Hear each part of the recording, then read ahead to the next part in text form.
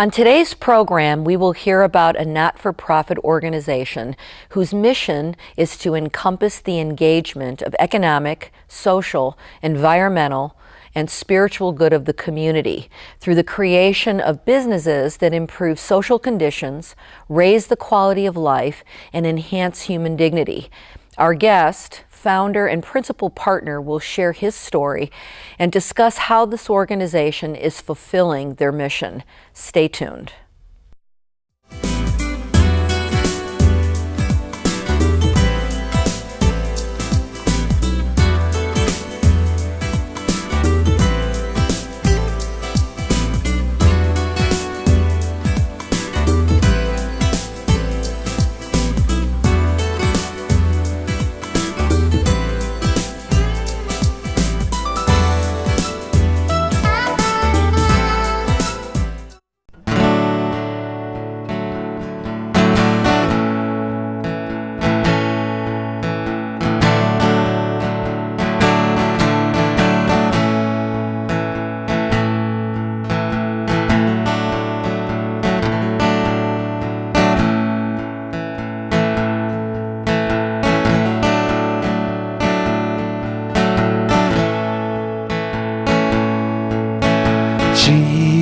Jesus loves me still, though I'm very weak and ill, that I might from sin be free, bled and died upon the tree. Give me Jesus,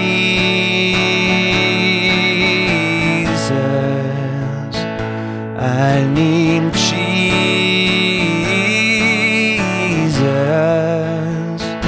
Give me Jesus.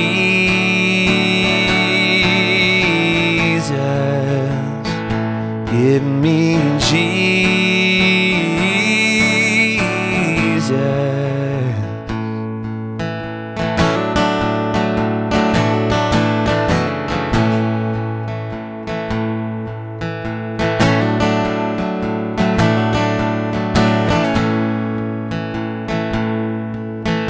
Jesus loves me, He will stay close beside me all the way.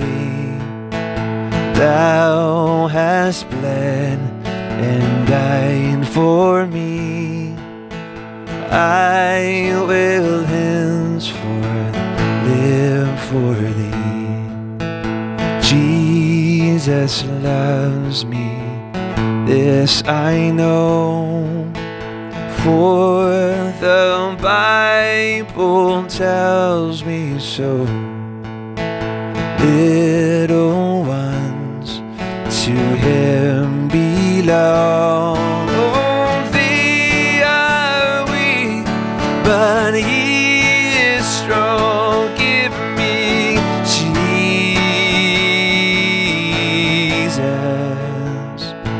I need Jesus.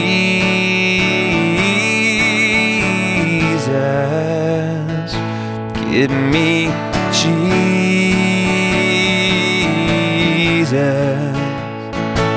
Give me Jesus.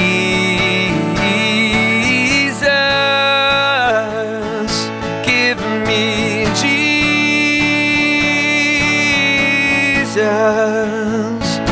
I need Jesus.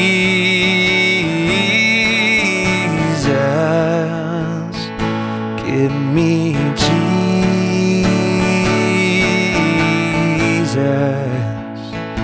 Give me Jesus.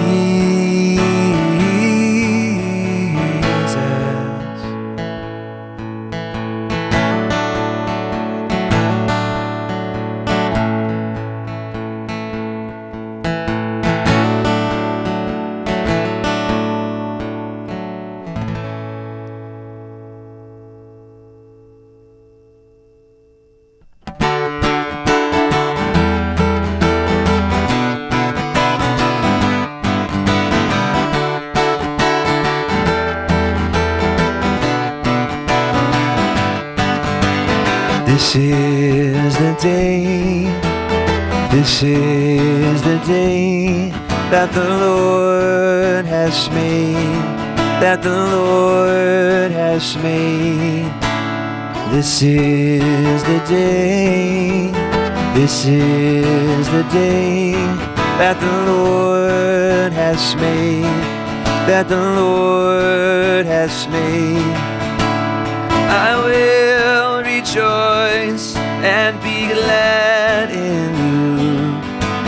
I will rejoice and be glad in you.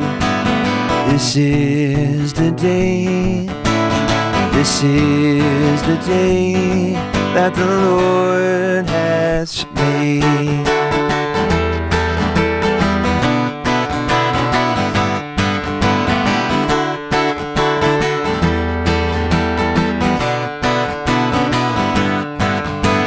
Save us, we pray.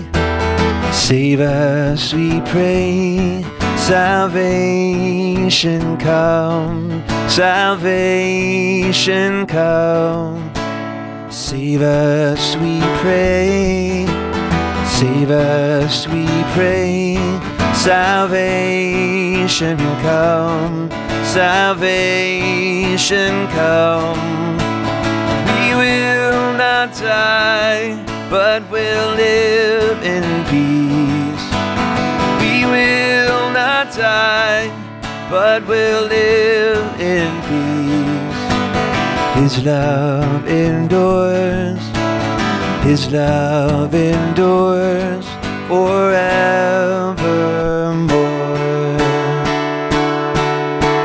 Sing, all the earth, just to speak His name is praise.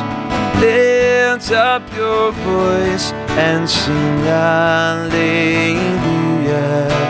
Sing, all the earth, just to speak His name is praise. Lift up your voice and sing hallelujah.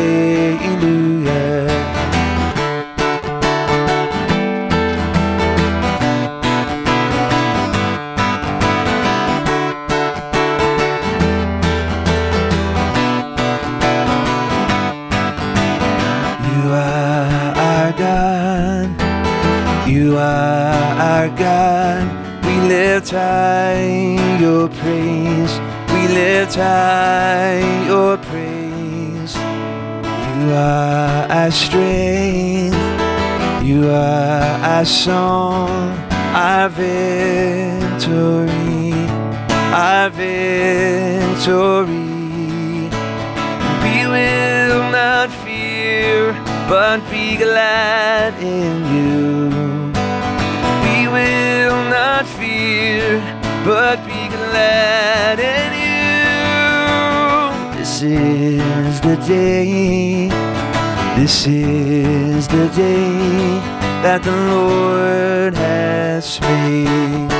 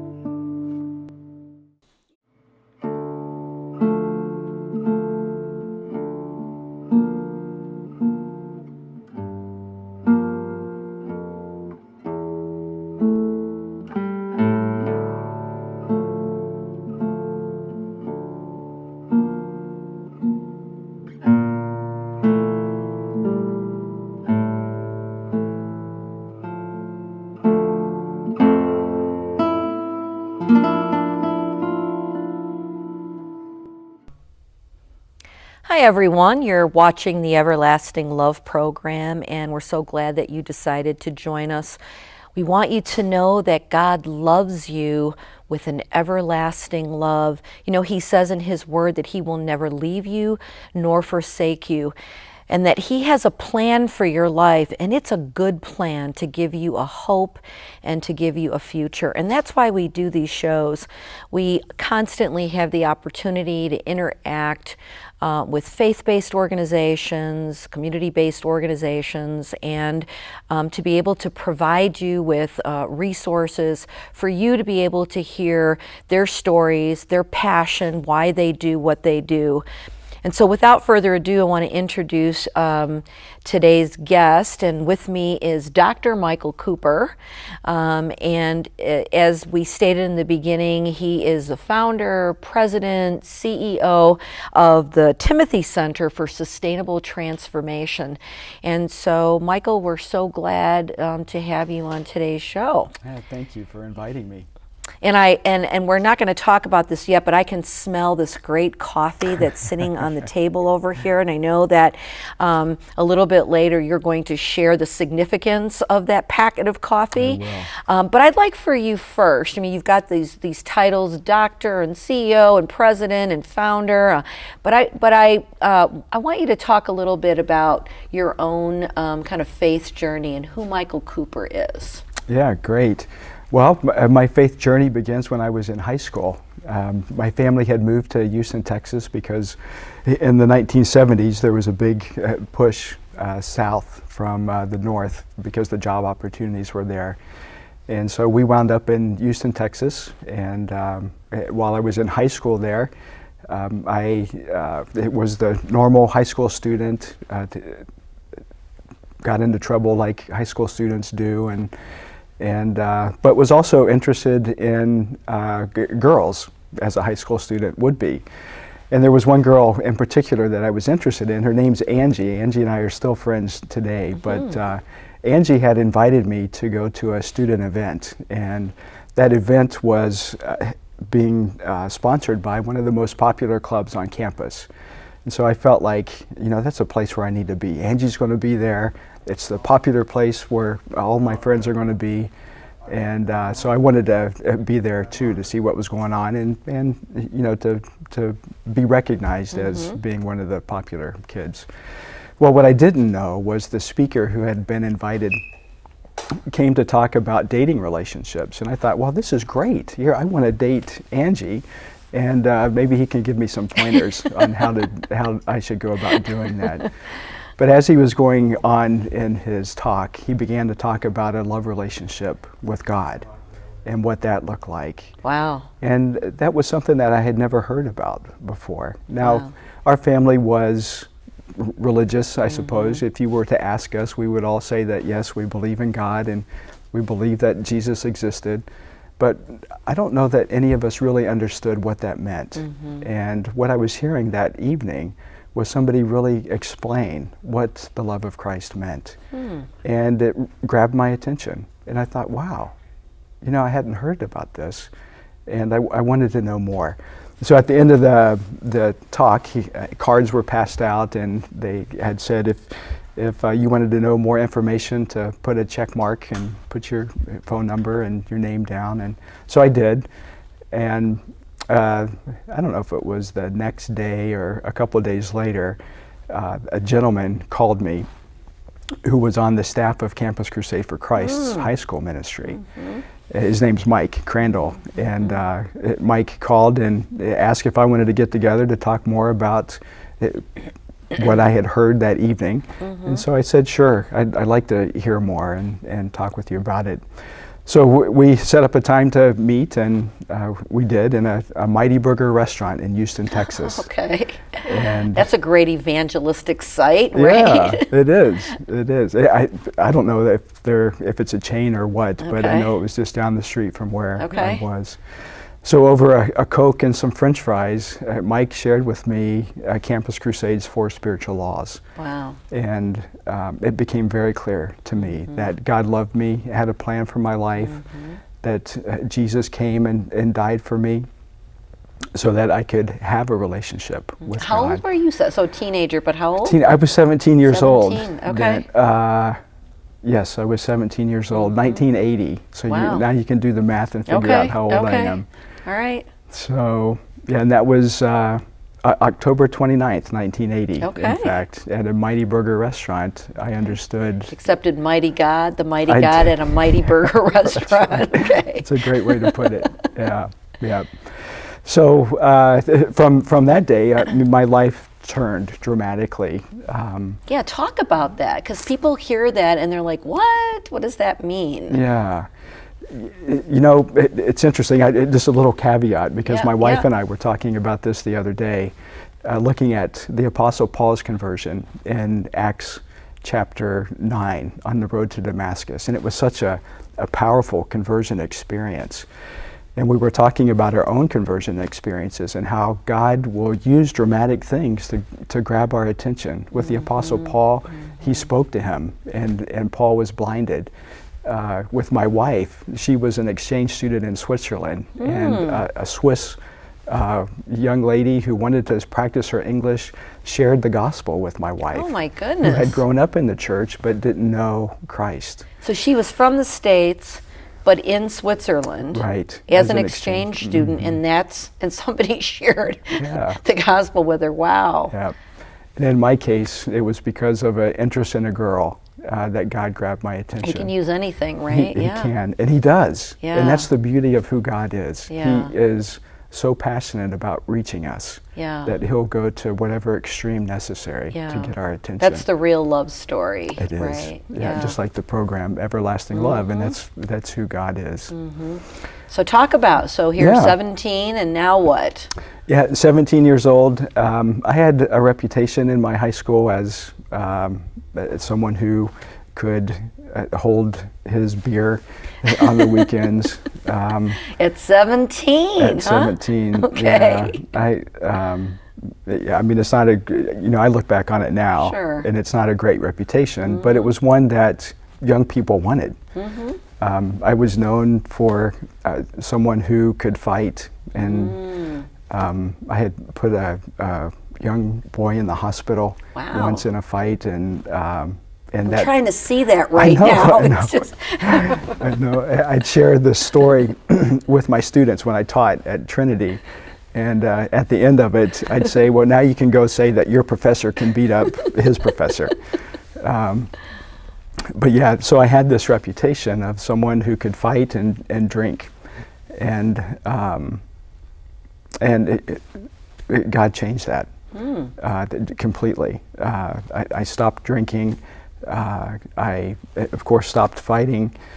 I began to understand that my significance wasn't in the things that I did, but in what God did in me. And I understood that His deep love for me, it was where I needed to have my identity. And not in drinking, not in trying to find girlfriends, and not in fighting, but in Him.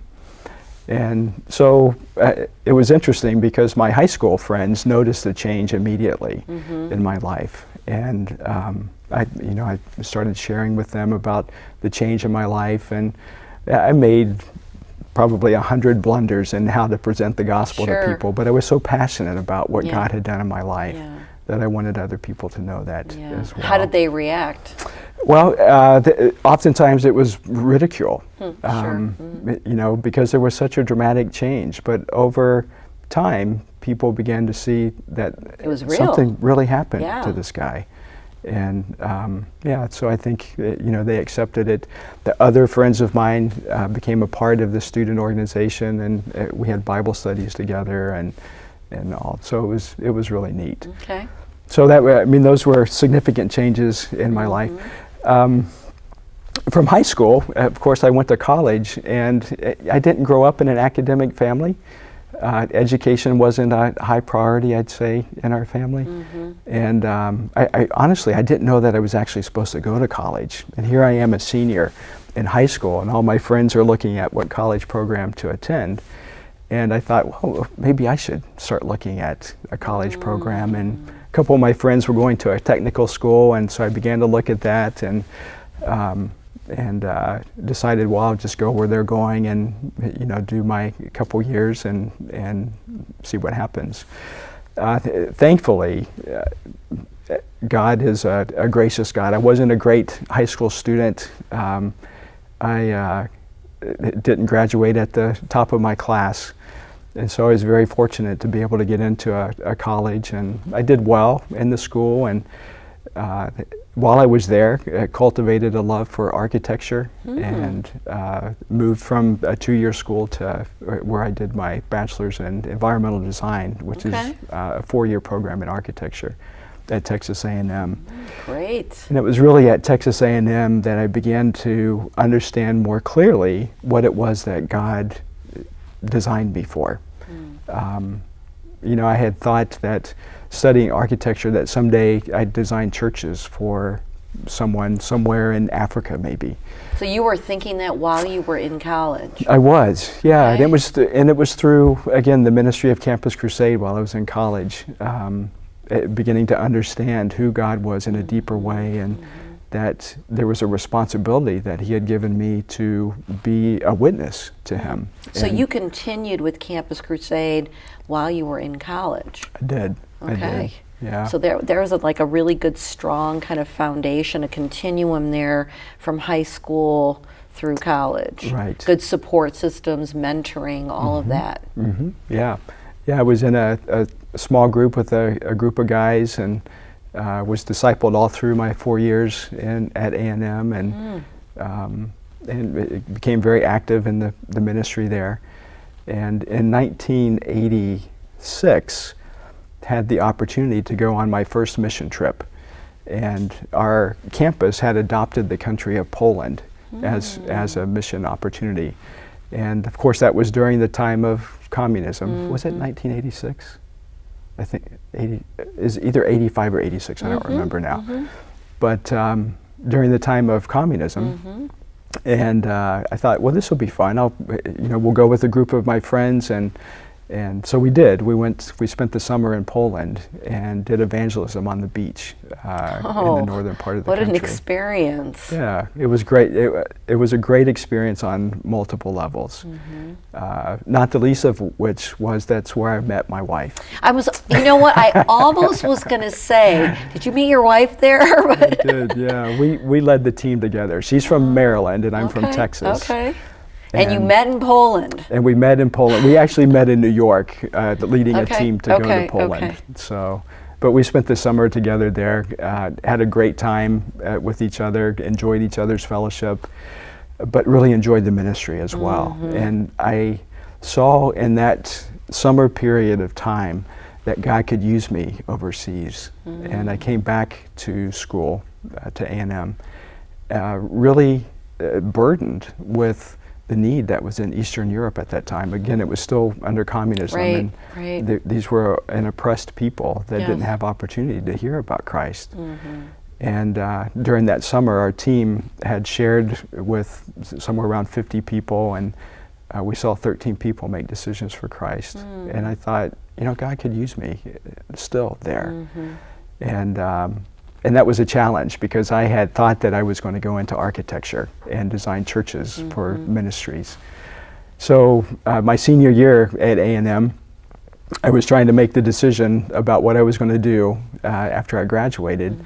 And I saw that I had two choices. Either I'd go into architecture or I'd go into ministry. And I began to think that if I wanted to have an eternal impact on someone, that sure, I might be able to design a building, but that was temporal. But if I were able to impact them personally in their lives by sharing the gospel with them, that was something eternal. Sure.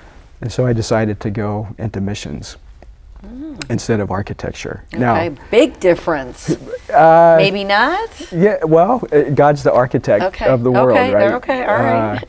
If you put it in that frame, yeah. Right, yeah. Well, what I learned was that there are a lot of skills that I learned as an architectural student that I can apply not only in missions, but even today in business.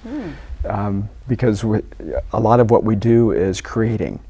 and architects create. They get ideas, they can see the end product, and they can create a path to getting to that product. And that's very much what I still do today. And interestingly enough, I still do architecture.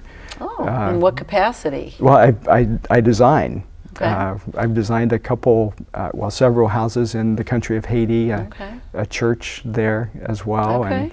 And so it's been interesting because God's kind of brought me almost full circle from being an architectural student to going into missions and then coming back doing business and having some opportunity to continue in architecture. But I mean, like as you said though, the skills that you learned as an architect, the ability to see the end product, I think is, or the end, the vision, right? To like actually kind of see it, I think is really huge when it, in talking about the work of the Timothy Center.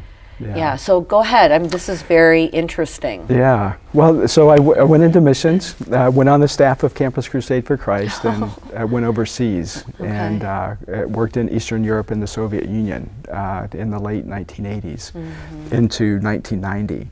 Yeah, and how open were they to that, right? Because you talked about communism still being in existence, but now here you are in Eastern Europe doing missions. So like, what did that look like? Well, I still have very vivid memories of being scared to death across a border because I knew what it was that we were doing, and I knew what we were doing was illegal and could result in imprisonment for us. For example, I can remember my first trip to the country of Romania. Romania was probably one of the most oppressed Eastern European countries at that time.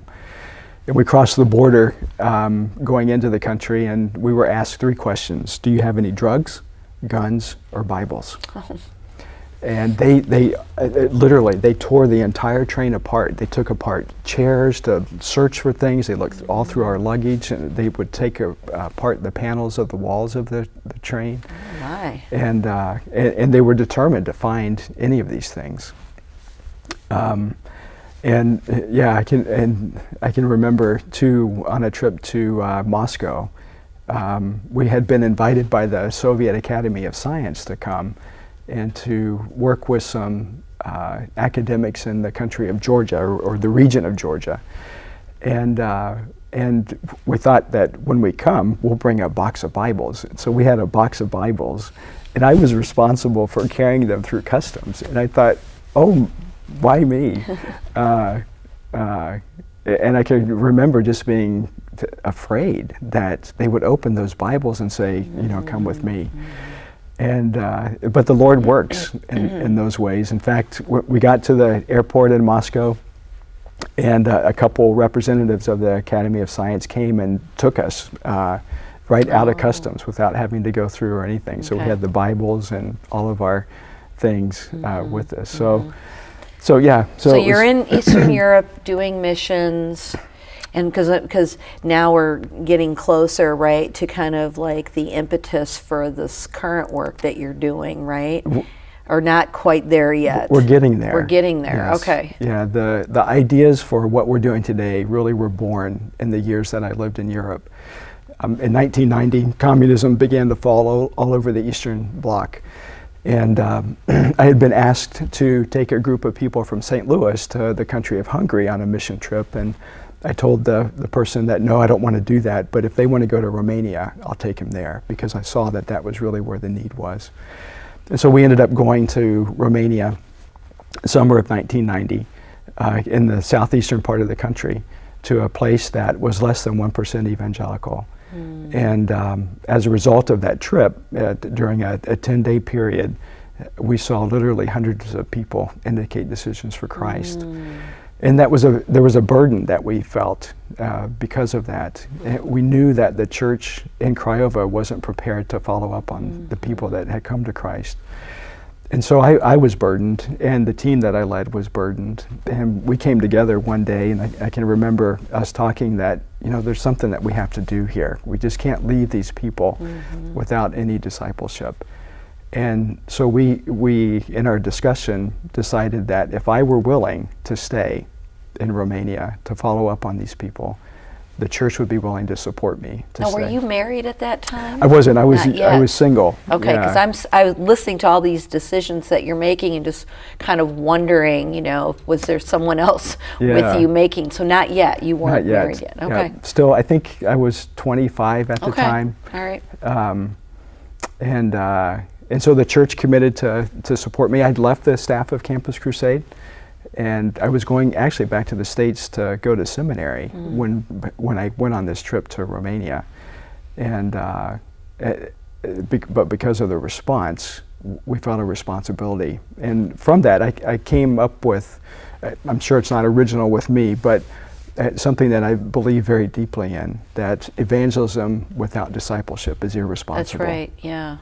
And we really believed that we needed to do something. So ultimately, we started a church in Romania, and in the city of Craiova. And as a result of that, I lived there, was the pastor of the church for a while. The church grew, and we saw that God was opening up an opportunity for us to do more church planting.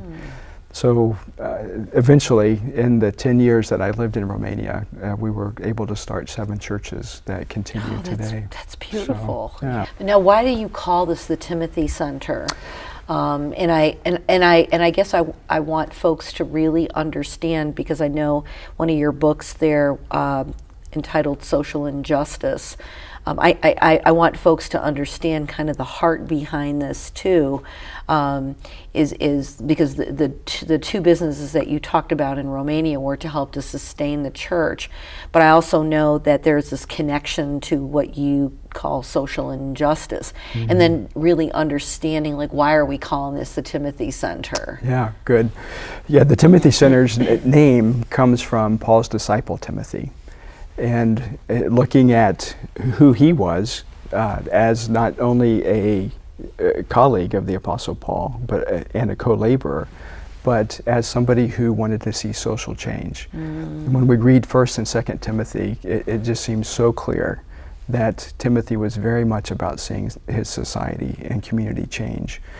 And so we wanted to have a name that reflected that social innovation, if you would, or Timothy being a social innovator. Yeah. And we wanted to instill that in who we are as an organization. Right, right. So the Timothy Center is really about social innovation. We're about trying to create businesses that can do good as they would make money. And specifically, we focus on what we call the quadruple bottom line. Yeah, that talk a business, about that. That a business has 4 bottom lines in this case. That there's an economic bottom line, a social bottom line, environmental bottom line, and a spiritual bottom line. Now there's some more philosophy, I suppose, behind this, in history even behind it. Business as mission, as it was beginning to become a popular means to do ministry, really initially focused on a double bottom line, and that was economic well-being and spiritual well-being. And oftentimes one would come at the expense of the other, and they competed against each other. And it was a real struggle for many people to keep the spiritual focus while they were making money. And still, we have that problem in what we're trying to do. But over time, business as mission has evolved, and many people that are practicing this as a strategy for missions are practicing a quadruple bottom line, where they're providing economic well-being, social well-being, and spiritual well-being.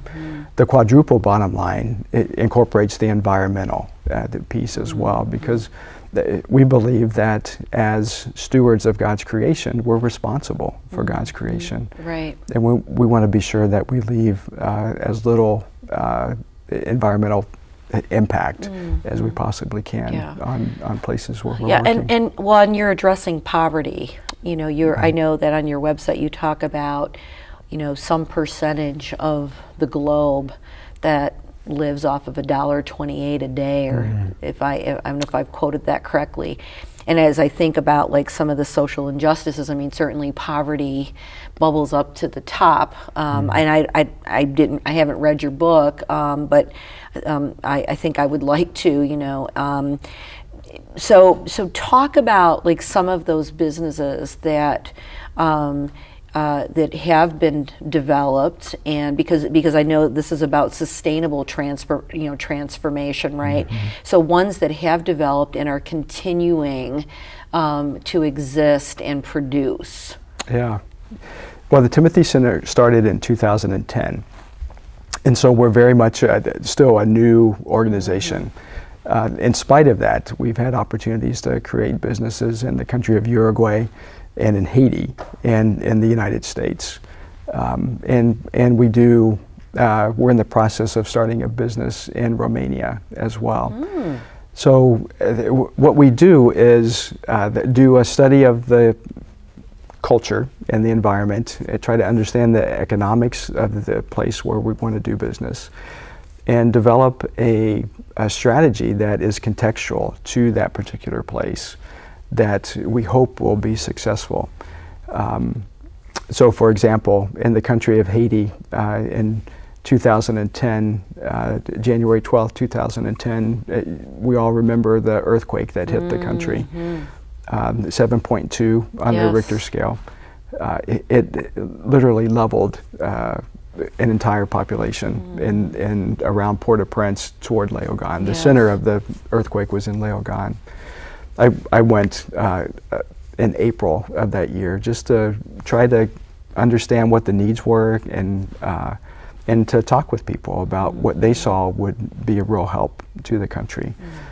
And what I began to learn was that one of the reasons why there was such a destruction in the city of Port-au-Prince was because of poor housing techniques and building techniques. And what I saw was completely preventable. And it was discouraging and disheartening to see that people were being allowed to build in the way that they were building. Oftentimes, houses were constructed with inferior material, where reinforcement would be required in the walls. They would take that out or not put it in at all because it would save money on the cost of the house. The concrete that was used to make concrete blocks often didn't have enough cement in it. So there weren't like any kind of standards, if you will, or legal requirements for constructing? You know, there are in Haiti, but they're not enforced. They're not enforced. Because the government is, in many ways, is somewhat dysfunctional, although they don't want to be. And that's the sad thing is that the government wants to be able to provide these services, but financially they can't because there's no tax base to provide the resources that they need to enforce the regulations.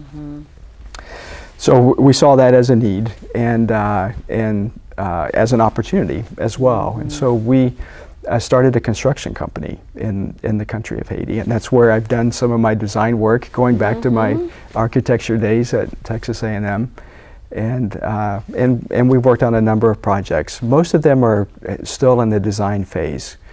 We've worked on a campus for a music organization in the north part of the country. We've done some design work for orphanages and campuses for orphanages. We're working on a 33-house housing development in the city of Port-au-Prince. And we're nearing the end of the design phase of a church construction project in the city of Léogâne. And how is all that funded? Yeah, well, that's one of the challenges that we've found in the country of Haiti because the opportunity is incredible there. I mean, you can imagine right now, today, there's an immediate need of over 1 million houses in the country. And yet, there is not the funding to build those houses. And to build a house to international standards is costly. Because here, you know, you have to imagine that you're in a country of Haiti that's on an island of Hispaniola. most everything is imported. The reinforcement's imported, the cement's imported. They do have some cement that is made there. Most of the housing materials are imported. And so the cost of that material is nearly what you would pay in the United States. Yet the economy there can't sustain that. Can't sustain it. And so resources are needed to be able to do these types of projects. So you have to rely on folks contributing those resources. Right. And we're trying to figure out, what does that look like when we are promoting a sustainable model? Yes. And we're still trying to figure that out. Yeah. I wish I had an answer for it, Sure. but we don't. Yeah. But there's a coffee business there. Yes. So talk about that. I will. This is a coffee that's called Haitian Pearl. It is grown in the eastern part of the country, in the mountains, in a city called Chute, and it is a wonderful coffee. You can I know. You can I was smell smelling it. Yeah. I was just like, and I'm a coffee lover, so. Yeah. Oh my goodness. I don't know if they can get a shot of this at all, but yeah. So tell us about this. Haitian Pearl was a coffee company started by a ministry called Crossworld. And we've come alongside of them to help promote it in the United States. And we're doing it in a couple of ways. One is that we're using it as a fundraising strategy to help not only support some of the projects that we're doing, but also to help others who want to do similar projects support their work in a way that provides resources for the Haitian coffee growers in the country. So this coffee retails for $12 a bag in the United States. We bring it in and we market it along with Haitian Pearl. It's a great tasting coffee. The vision of Haitian Pearl coffee is to not only support coffee growers in Haiti, but also to send Haitian missionaries. And in fact, through the resources that have been provided by the selling of this coffee, Haitian Pearl has been able to send a Haitian family to the country of Senegal in Africa. And so they're completely supported. Yeah. And then the resources also help provide scholarships for kids to go to school in Haiti. Oh, that is wonderful. Yeah. So when I'm looking at your book on social injustice and thinking, do we get it as a church? Are we doing all that we should be doing? Because we live very comfortably here in the States, right? We're not living on $1.28 a day, that's for sure. Yeah. I want to say this. I remember one time driving up to my house, and this was kind of our first home, and I remember driving up, and I remember sitting in front of the house for a moment in my car and thinking, God, why is it that I can drive up to my house in a car that's paid for, and we actually had maybe another one or two more cars. I think my daughter had a car, my husband had a car, and live in this decent house, when 2/3 of the world is living in poverty. How is it that we can do that? And I just remembered hearing in my heart that, to whom much is given, much is required, and that, we have been so blessed here, and that we have a responsibility, to bless others, right? And so it just makes me think about this and wondering, are we doing a good enough job? My husband and I are supporting orphanages and other parts of the world, and we do certain things as well as a family. But are we doing enough as a church? That's such a challenging question to answer because on the one hand, the United States donates an immense amount of money to different mission organizations around the world. And yet, on the other hand, we also spend a lot of money on our own entertainment or pet supplies or jewelry or whatever. And so, that's a challenging question. there's a part of me that says that, yes, we're doing a lot, but there's another part of me that's saying, no, we're not really doing as much as we can. And I think there's probably a balance there. Yeah. I mean, I think the United States is such a generous country. Like when I think about, travesties that have happened in other parts of the world, the United States always is one of the first to lend a helping hand and to give. And so I always feel that we are generous as a nation. I guess I wonder, individually as we think about, where we are, as being a part of the church, are we all doing, what we can do, and are we aware, really, of what some of these social injustices are, whether in our own communities or globally? Right, and I think that's the bigger issue, is that of awareness. The subtitle to the book is What Evangelicals Need to Know About the World, because we don't really know a lot of what's going on in the world. Now, we have news programs and we see these things going on, but I think the challenge is for us to really think deeply about what is going on and the implications of the things that are happening, but also how can we be involved. The church, the evangelical church in the United States, has the ability to solve world poverty today if they would only give. And we don't. 2% of the church population, well, I should say this, that of evangelicals, churches in the United States, people are only giving about 2% of their income to ministries. Most of that stays inside the United States. But if we were to give 10%, a tithe, then poverty would be reduced significantly around the world. You said 2% is actually what goes abroad? 2% is what we actually give. What we actually give. Yeah. And you said most of that actually stays in the United States. And most of it stays in the United States. Yeah. And I think, some of it is just simply re-examining our priorities. How do we live our lives? Are there things that we can do without that if we were to do without, could we use that to help support a ministry or a business or something that would make more of a difference. So you talked about the business in Haiti. You also said there was something going on in Uruguay. What's going on there? Yeah, Uruguay, we started a construction company there as well. We've had a very difficult time of it. Uruguay is one of the most socialist countries that I've ever been to. And socialism in a very different way than what communism was. So I can give you a very quick example. A friend of mine was wanting to repair something in his home. In order for him to do that, he actually had to pay the government the salary of the person that he was displacing to make that repair.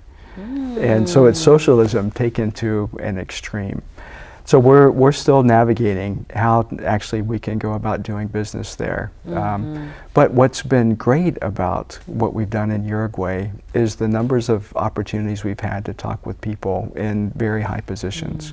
I can remember our first trip down there, sitting in the governor's office of Trinity y Tres and talking about what it was that we did and what our vision was for a business to come in and create economic good, environmental good, social good, and spiritual good. And to all of our surprise, he began to talk about spiritual good. He said, this is exactly what we need. That's going to bring change to the country. Now, as far as I know, he's not a believer. But he saw that the need was for a spiritual change and that would bring transformation in his country.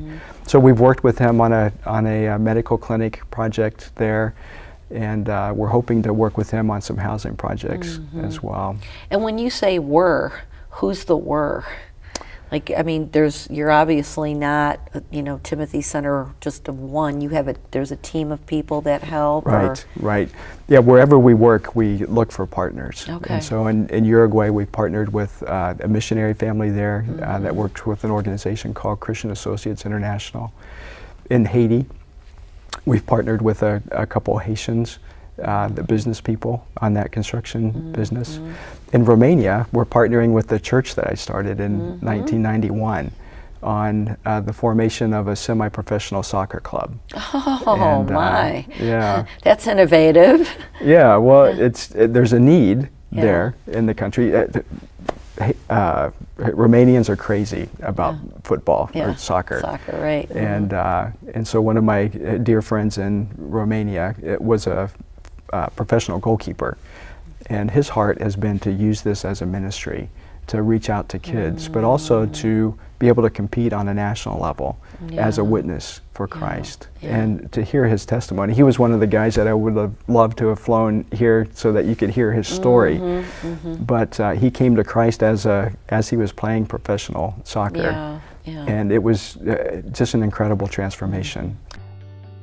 Uitându-mă în urmă la săptămâna în care voi ați fost aici, nu pot să spun decât că sunteți niște oameni minunați, deoarece a spus timpul vostru și resursele voastre la dispoziția noastră și sunt convins că sămânța pe care voi ați sădit-o în inima și în viața acestor copii, în cel mai scurt timp va încolți, va prinde rădăcină și va aduce rod pentru Dumnezeu. Sunt două lucruri pe care le-am descoperit în săptămâna pe care am petrecut-o împreună. Că această lucrare pe care o facem nu este lucrarea noastră, ci este lucrarea lui Dumnezeu. Este misiunea lui Dumnezeu și El ne folosește împreună pentru ca să aducem rod pentru El. Un alt lucru pe care l-am descoperit este că nu toți copiii pot să facă performanță, dar toți copiii trebuie să facă mișcare. Și cred că aveam nevoie să cunoaștem lucrul acesta pe măsură ce mergem mai departe în această lucrare. Vă mulțumim mult și am încredere că tot ceea ce vom face împreună va fi numai și numai spre slava lui Dumnezeu. La sfârșitul lunii iulie am avut pentru o săptămână o tabără de fotbal împreună cu partenerii noștri din Statele Unite. Tabără unde am invitat copii tineri și cu care am făcut un proiect sportiv. Ideea s-a născut în urmă cu multă vreme și dorința noastră a fost ca să atingem câțiva dintre copiii din orașul nostru. În Craiova locuiesc în jur de 30.000 de copii cu vârste între 7 și 17 ani.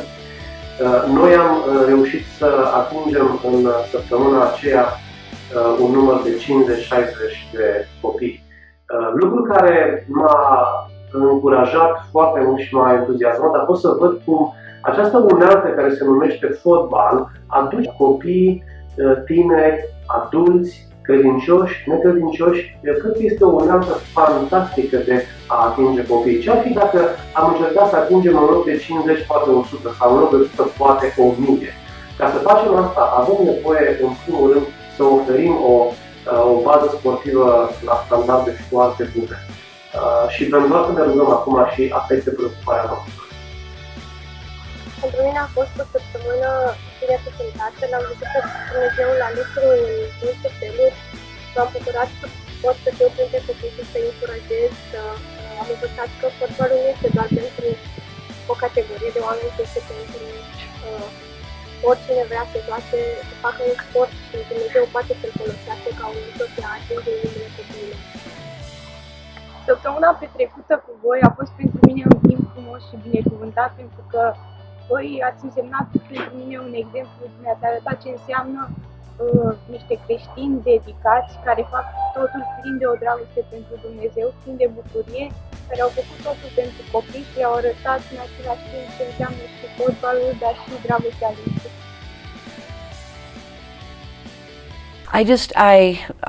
I just really commend you on this work, and you know, just the heart that's behind all of this, which is really to address those social injustices, social inequities, things that you know, just oppression that people are experiencing in other parts of the world.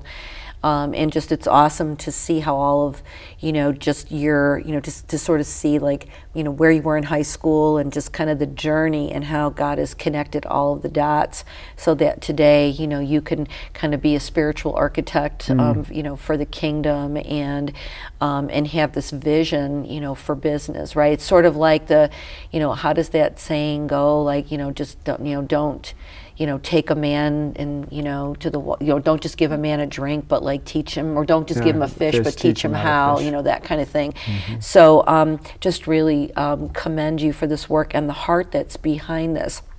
And so I know that folks will have an opportunity to see the book Social Injustice up on the screen at some point. And hopefully they'll look it up and maybe do a little bit of a deeper dive into it. I would love for you to just pray for folks that are watching, folks who may be struggling, with just, God, what is it that you want me to do? How can I have an impact for the greater good? So why don't you do that? Yeah, you can look into the camera there and pray. Okay. You have about a minute or so to pray. Great. Lord, thank you for this time, and thank you for the opportunity to talk about what it is that we've done and what we do. And Lord, it truly is an example of your grace that you can use a person like me to do the things that we've done.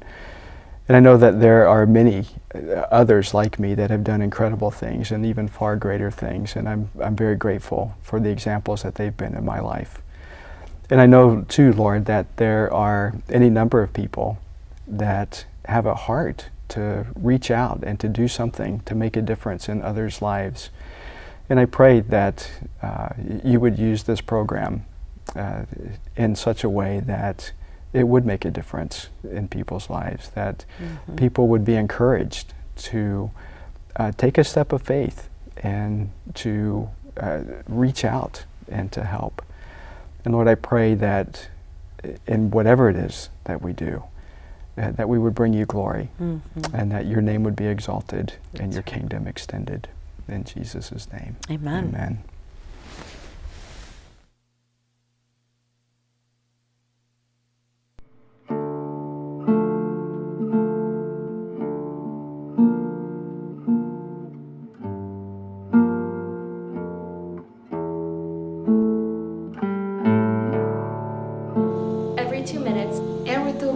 Every 2 minutes, a child. A child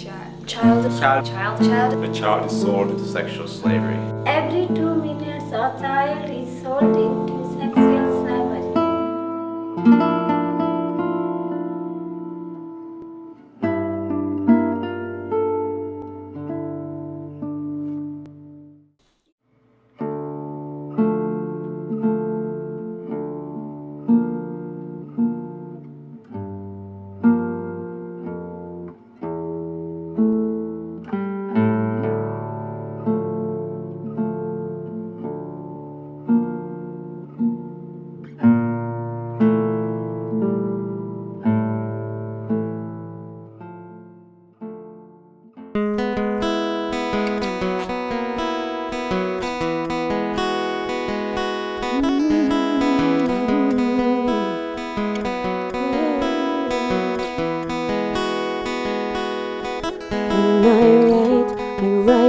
a story that I want the world to hear. When I speak with wisdom that my heart has learned to hear. When I sing with all of me, with every ounce that makes me be. So please don't silence me. No, you